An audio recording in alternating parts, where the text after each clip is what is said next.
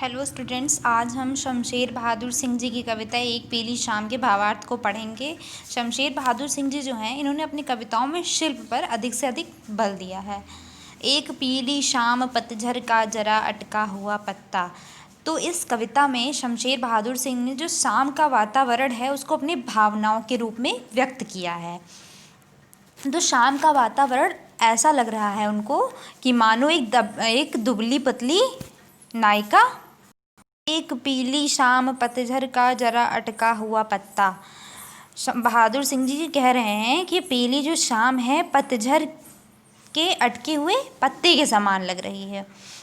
अर्थात जिस प्रकार से पतझड़ के मौसम में जो पीले पत्ते होते हैं अटके रहते हैं पेड़ों पर, उनमें उनका कोई भरोसा नहीं होता कि कब हवा चल जाए और वे कब टूटकर नीचे गिर जाएं।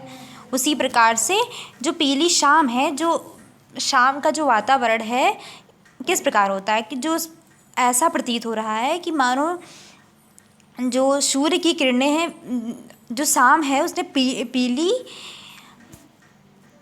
पीले आवरण से पूरी तरह से नहा लिया और शाम पीले आवरण से नहाई हुई सी प्रतीत हो रही है।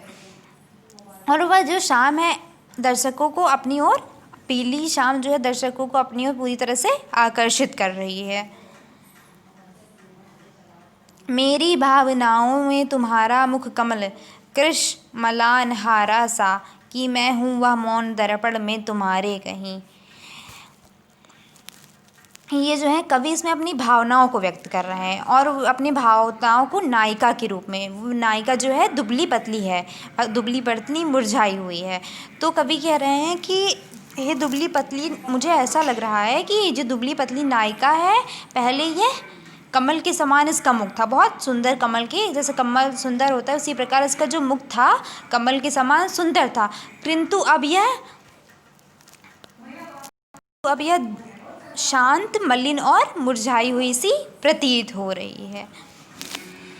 वासना डूबी शिथिल पल में, स्नेह गाजल में लिए अद्भुत रूप कोमलता। तो जो शाम रूपी जो नायिका है, कवि कह रहे हैं कि जो शाम रूपी नायिका है वासना में डूबी हुई है, स्नेह काजल में, और स्नेह काजल से सजी हुई ये जो शाम रूपी नायिका है ये कवि के मन को लुभा रही है, कोमलता से कवि के मन को लुभा रही है। तो इसमें जो है शमशेर बहादुर सिंह जी जो है शाम रूपी नायिका को अपनी भावनाओं, मतलब शाम के जो दृश्य है जब सूरज डूब रहा है उसको अपने भावनाओं में व्यक्त कर रहे हैं। किसके रूप में? नायिका के रूप में व्यक्त कर रहे हैं। अब गिरा वह अटका हुआ आंसू, संध्या तारक सा अतल में। अब अंतिम दृश्य पे आते हैं। अब जब सूरज जो होता है एकदम से डूबने वाला होता है तो क्या होता है, उस समय क्या होता है कि हल्के हल्के आकाश में हल्के हल्के तारे दिखाई देने लगते हैं। तो वे तारे जो हैं इस प्रकार आंसुओं के समान प्रतीत होते हैं। कभी कभी क्या होता है कि जब हम रोते हैं तो आंसू वे तुरंत नहीं गिरते हैं, वह हम अब गिरे हम सोचते रहते हैं, किंतु वे गिरते नहीं हैं, रुक के गिरते हैं। तो उसी प्रकार से तारों का जो आकाश के तारे हैं उस समय भी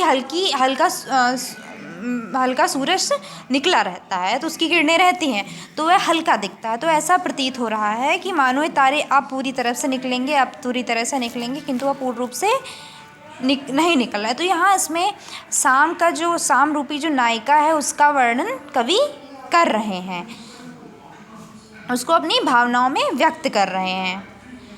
तो इसमें कवि यह कहना चाह रहे हैं कि संसार का नियम है कि सुख के बाद दुख के बाद सुख आएगा, पतझड़ के बाद नए पत्ते उगेंगे, जन्म के बाद मृत्यु होगी, मृत्यु के बाद जन्म होगा। तो यह नियति है और हमें इसे स्वीकार करना चाहिए कि हम सबको एक न एक दिन यह धरती छोड़कर, पृथ्वी छोड़कर जाना ही है। तो thank you friends, please like and subscribe ज़रूर कर दीजिएगा।